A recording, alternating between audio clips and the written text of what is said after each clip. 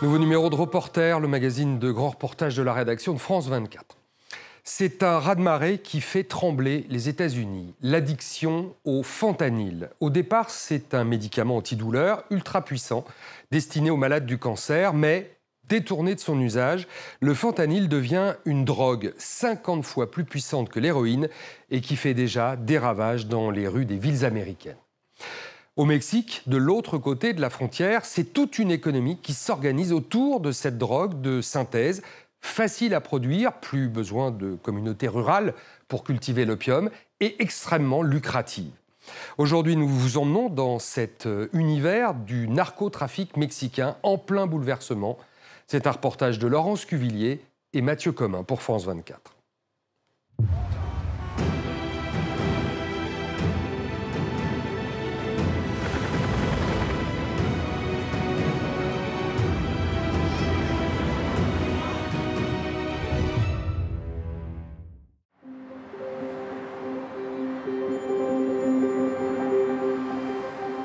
Voici à quoi ressemblent certaines rues du centre de San Diego, en Californie. Des centaines de tentes. Des personnes sans domicile, désorientées, dont beaucoup sont victimes d'un même mal, l'addiction au fentanyl. It's pretty simple, that's all you do. David a 32 ans. Cela fait 1 an et demi qu'il vit dans la rue. J'en prends à peu près 3 fois par jour. J'ai pas assez d'argent pour en acheter autant que je voudrais. J'en prendrais plus si je pouvais. L'année dernière, son meilleur ami est mort d'une overdose de fentanyl. Il y a 3 ans, sa fiancée avait subi le même sort. Ça fait vraiment peur. Tu vois des gens couchés par terre, qui respirent plus. Certains meurent d'overdose dès leur première prise. D'où vient cette drogue surpuissante qui tue 70 000 personnes par an aux États-Unis? Comment le fentanyl a-t-il supplanté en moins de 10 ans presque toutes les autres substances produites par les narcotrafiquants? Pour le comprendre, il faut d'abord se rendre ici. Le Sinaloa, sur la côte ouest du Mexique, le berceau des plus grands cartels mexicains. C'est là qu'ils ont fait leur fortune, avec la marijuana d'abord, puis est venu le temps des dérivés de l'opium, puis des méthamphétamines, avant que le fentanyl ne débarque avec fracas sur le marché. Ces 2 hommes ont vécu ce bouleversement. Flavio, 23 ans, ici à gauche, fabriquait cette drogue mortelle. Orlando, 36 ans, la transportait vers la frontière avec les États-Unis. Ils sont aujourd'hui tous deux en cure de désintoxication et espèrent se réinsérer à leur sortie.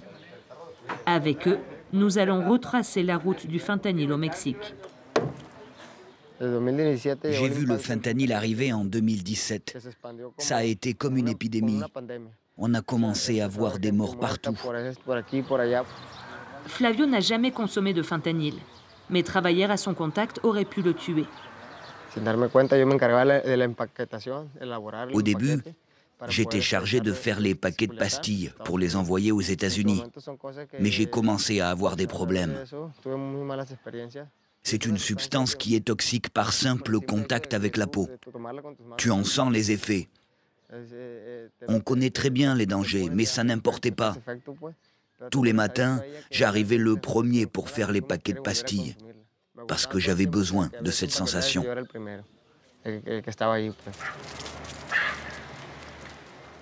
Culiacán, capitale du Sinaloa. Victor et ses collègues enquêteurs de la police ont reçu un appel d'une entreprise de messagerie qui dit avoir repéré des colis suspects. Une seule saisie, près de 15 kilos de pastilles bleutées. De quoi tuer la population d'une ville moyenne.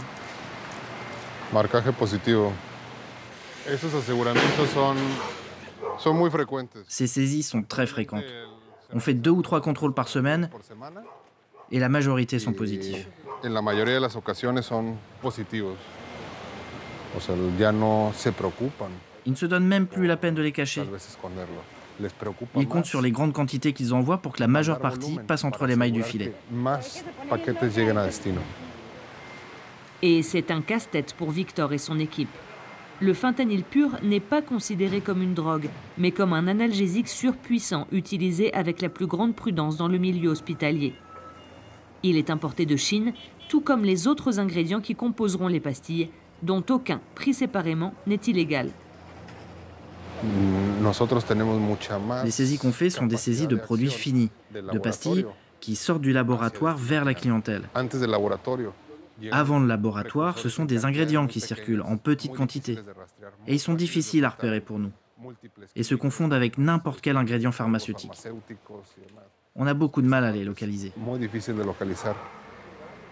On peut fabriquer jusqu'à 1 million de pastilles avec 1 seul kilo de fentanyl pur. Coût de production estimé par unité, 1 centime d'euro. Prix de vente dans les rues des grandes villes américaines, 10 € en moyenne. Qui est à la tête de ce juteux trafic? Pour les enquêteurs, il n'y a pas l'ombre d'un doute. C'est encore le tristement célèbre cartel du Sinaloa qui mène le jeu d'ici à la frontière. La toute-puissante organisation cofondée par le Chapo Guzman, incarcéré aux États-Unis, est aujourd'hui divisée en plusieurs factions qui maintiennent entre elles une paix armée. Pour créer un laboratoire, il te faut un investissement de 20 millions de pesos environ. Mais après, tu en tireras des bénéfices de 80 ou 90 millions par mois. Donc il est indispensable d'avoir le soutien d'un puissant cartel pour commencer. Dans le Sinaloa, le narcotrafic, c'est une culture, une économie, presque un art de vivre. Depuis les années 1970, les militaires mexicains, avec l'appui des États-Unis, ont sillonné la région pour détruire les champs de marijuana ou de pavot. Aujourd'hui, ils ne se donnent plus cette peine. Les drogues d'origine naturelle sont rayées de la carte par le raz-de-marée du fentanyl. Orlando a vécu cette révolution en tant que narcotrafiquant. J'ai commencé à vendre de la gomme d'opium à Culiacán et après je la faisais passer jusqu'à la frontière. J'ai gagné beaucoup d'argent, j'ai acheté la gomme à très bas prix, mais je la vendais encore bien. Et puis le fentanyl est arrivé et il a complètement remplacé l'opium naturel. Tout le monde a commencé à me demander des pastilles.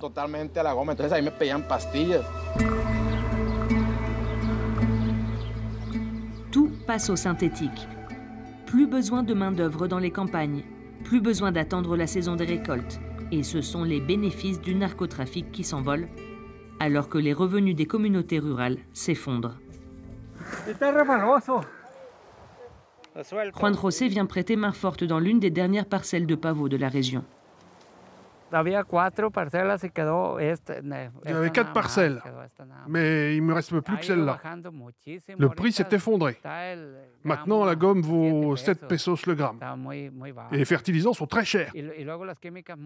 Avant, elle valait 35, 36 pesos le gramme. C'est presque par nostalgie qu'il continue de rayer le précieux bulbe pour en faire sortir la gomme d'opium que les narcos transformeront en héroïne. On a juste gardé l'habitude et le goût de le cultiver. Mais là, je pense qu'on va arrêter. Dans les plus petits villages, tout le monde vivait de ça. Et maintenant, il n'y a plus aucune autre source d'emploi.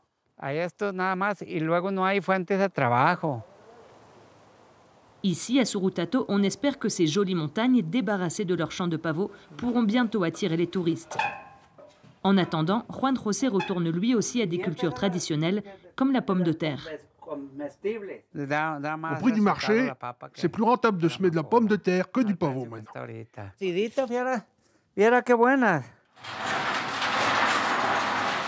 Dans le hangar où la police empile les saisies, on trouve encore des méthamphétamines, de la marijuana, en bien moindre quantité qu'avant.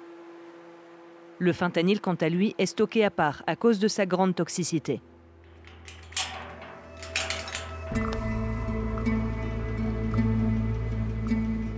Nous remontons du Sinaloa vers la frontière avec les États-Unis. Tijuana, l'un des plus gros points de passage de frontière au monde. Ici, le fentanyl est partout, en attente de son passage vers les États-Unis. Et on en voit les ravages dans les rues. sospechosos graban el reporte y lo reportan inconsciente. Ah, va a ser una sobredosis. ¿A quién tienes de acá del centro? Alan est chef d'équipe à la Croix-Rouge. Les dimanches sont souvent pour lui les jours les plus chargés. Comment tu t'appelles? Comment? Diego? Arturo? T'as quel âge, Arturo? Asseyons-le.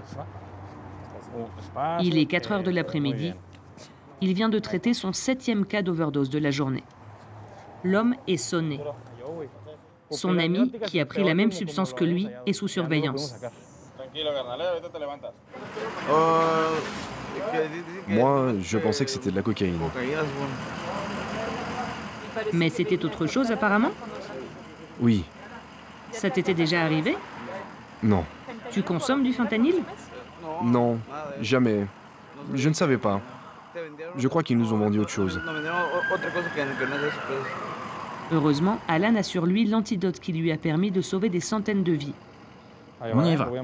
Respire normalement. L'analoxone. 1, 2, 3. Ok. Un remède efficace, mais encore difficile à trouver.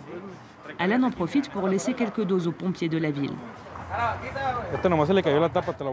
Celle-là a perdu son capuchon, mais je te la donne quand même. Tiens, en voilà 2. J'en garde une. Tu peux m'envoyer l'adresse? Hey, t'es prêt? Merci, à plus. Un autre cas d'overdose. Pas de répit, il faut courir vers une autre urgence. Pour Alan, les ravages du fentanyl ne font que commencer au Mexique. C'est un phénomène très grave et ça concerne tous les milieux sociaux, dans n'importe quel quartier.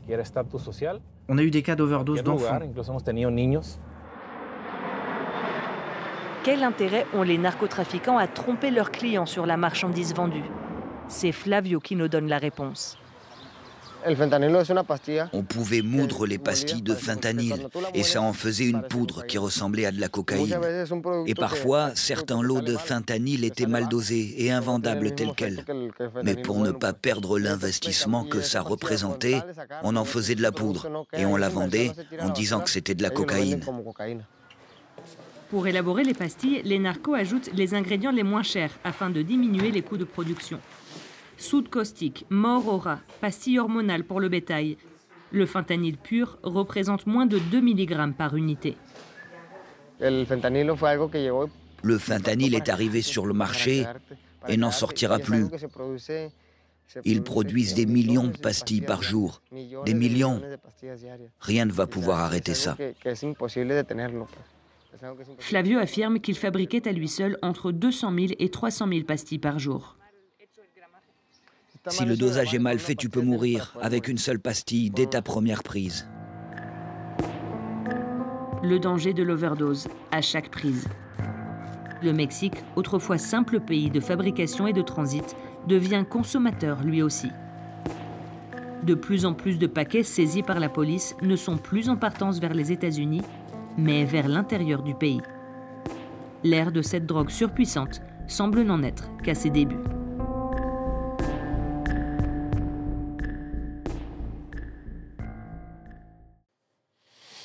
Voilà pour ce reportage signé Laurence Cuvillier et Mathieu Commun, nos correspondants au Mexique. C'est la fin de ce magazine, merci de l'avoir suivi. On se retrouve la semaine prochaine pour un nouveau numéro de Reporter sur France 24.